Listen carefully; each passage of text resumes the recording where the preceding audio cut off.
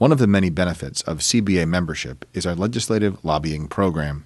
While you tend to your caseload, our lobbyist, Bill Chapman, with over 2 decades of experience in lobbying and government relations, serves as your eyes, ears, and voice in the state's legislative process. Between the months of January and May, Bill is a rare presence at our CBA New Britain headquarters. Instead, he is spending long days and often nights at the Legislative Office Building and at the Capitol in Hartford. Bill monitors the proposals at the Rules Committee of the Superior Court. He keeps the CBA section leadership apprised of pertinent developments. He looks at proposed legislative positions and advances those positions in the lawmaking process. Bill is a regular on Twitter. He also provides frequent email updates of proposed legislation to CBA members.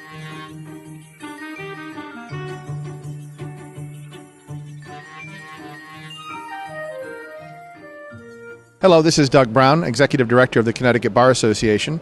I'm pleased to be at the Connecticut Capitol today in the Legislative Office Building for this episode of BarChat, where we'll be talking with the CBA's lobbyist, Bill Chapman. Bill, welcome. Thank you. Welcome to my home away from home. Yeah, this session's about 6 months long this year. You're here more than you're home, aren't you? This is true. Just ask my wife. Yeah. So we go until June 3rd. June 3rd. So a long session this year. So as the CBA lobbyist, a lot of our members don't really understand what happens up here at the Capitol. What's a typical day like for you here as our lobbyist? Generally, I'm on the computer by 6 a.m. sending out notices to 108 members of the CBA, letting them know what's going on, like today, for a list of bills or file copies. And usually in here by 8:30 and start looking through file copies, looking through paperwork basically, and then start communicating with some of the other lobbyists who are here, finding out what's going on today, what issues do they know of, and it's usually a day of networking. If it's committees that are going on, you've got to go into the committees. You have certain bills that you're dealing with or certain amendments that you're dealing with, good or bad. You want to talk to legislators about that. You want to find out where it came from. You go back to working with your colleagues. If you don't have a good relationship with the other lobbyists here, you're pretty much in trouble because that's basically the role is educating. You want to say, educate them on a bill. You want to tell them what's good about ours. You want to tell them, the legislators, of what the opposition, the other side is dealing with, and then you want to be able to say why our side is right. So you also help our members get FaceTime with the legislators in hearings. How does that work? Usually if there's, oftentimes that might not, we wait until the bills pretty much get out of committee. If we're trying to kill something ahead of time, we get the section members in here to sit down or to stand up, because a lot of the time you only get maybe 4 or 5 minutes with the legislator. So it's a meeting like this in the hallway talking about a particular issue? Right. And you basically, you've got 3 bullets, boom, boom, boom, and you have to provide that information.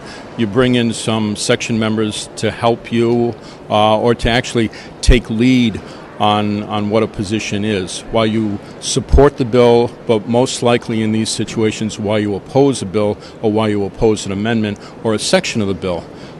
Most of the time we try to see if we can work with the legislator to make some changes that the legislator looks good, and that we're really trying to help the legislator out just by making the language workable.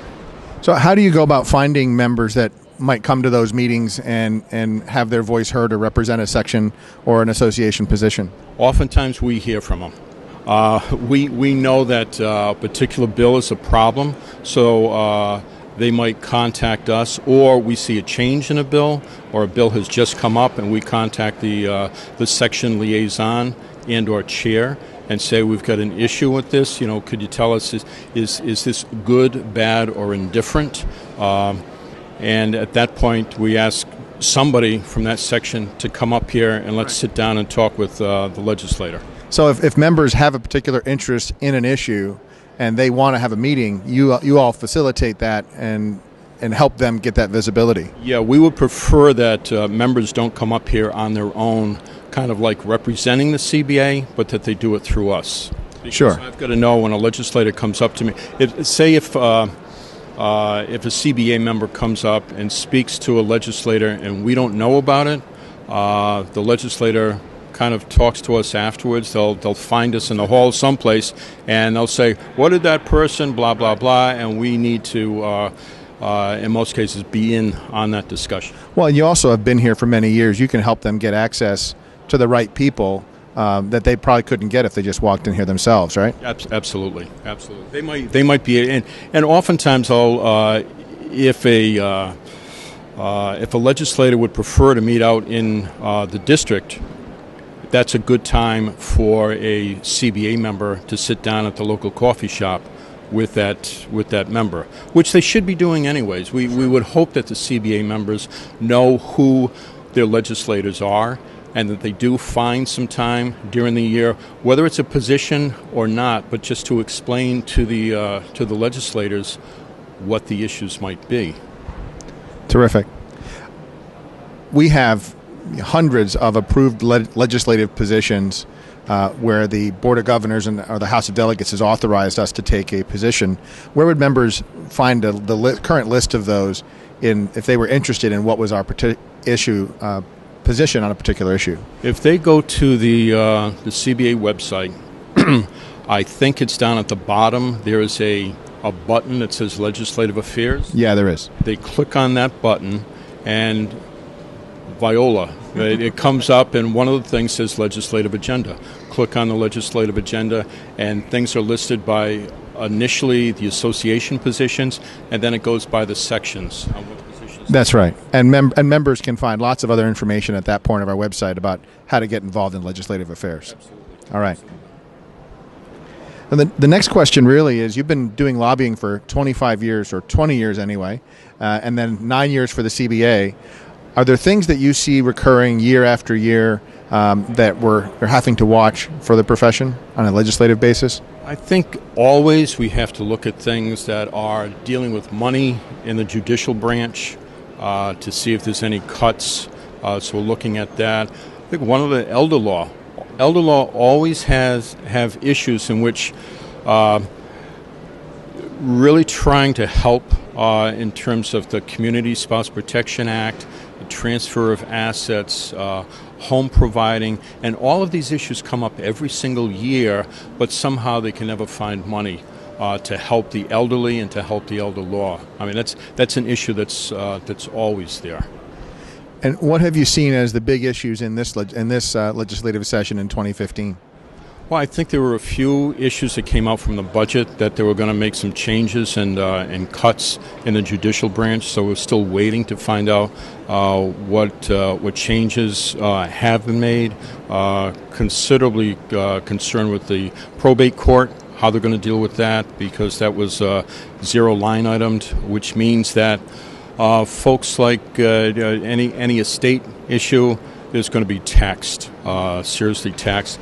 Looking out for whether there's going to be any sales tax on legal services, which would be a big issue, three bigs, to the CBA and to all of the attorneys to deal with that. And that'd be an access to justice issue as well for the individual citizens that have to pay the tax on that. Oh, yeah. It basically becomes a misery tax. Because when else are people using it? They're using it, in times of death, estates, and it would really hurt the solo practitioner. The larger firms that can do in-house counsels, and it really isn't something that's worked very well throughout the country. So this is a good example of an issue that, because you're here, you hear about things early, and things that may not have come up yet, but that might come up, so you can help us and our members get prepared, so when it does come up, we can be in a better position, right? Exactly, and that's why it's fantastic. There are some fantastic lobbyists up here. We all help each other. Well, not all, but we really try to help each other, because somebody who I'm opposed to on a particular issue, this morning, we're going to support each other in the afternoon. And if I turn the wrong way or say the wrong thing to the person in the morning, in the afternoon, they could care less. So it's constantly working with with other lobbyists. They provide you information that you may not have known about. So much like a law practice, it's about relationships and in the long term. So what could a member do if they wanted to learn more or be more involved? How could they support our lobbying efforts and what's happening up here? I think that one of the first things they could become involved in as a legislative liaison. And what is that? A legislative liaison is one of those people that I mentioned when I start my day and I send the bills out. There's somebody who, for the section, they will look to see what the bills are to see if that actually affects the section. And we continue with the relationship there. We bring if they want to take a position to support or oppose a bill, we have to go through the Legislative Policy and Review Committee and then bring it to a vote for authorization. But they could be involved if we just if they could let their chair know that they are available to help out in terms of coming up here. Especially folks who are closer to Hartford.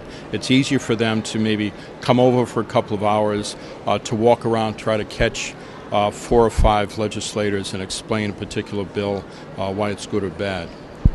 Terrific. I think it's really important. This is a primary value that we provide to give our members a voice, and not just to watch out for member issues, but watch out for social issues that are important as well. Exactly. This comes back in how we not only serve the members, but how the members serve their clients.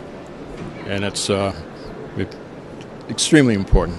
Well, thank you for all your work here at the Capitol, and congratulations on a successful session so far. Thank you. It's not over yet, but thank you. Thank you for joining us in this episode of BarChat, where we've been talking with Bill Chapman, our lobbyist here at the Connecticut Capitol.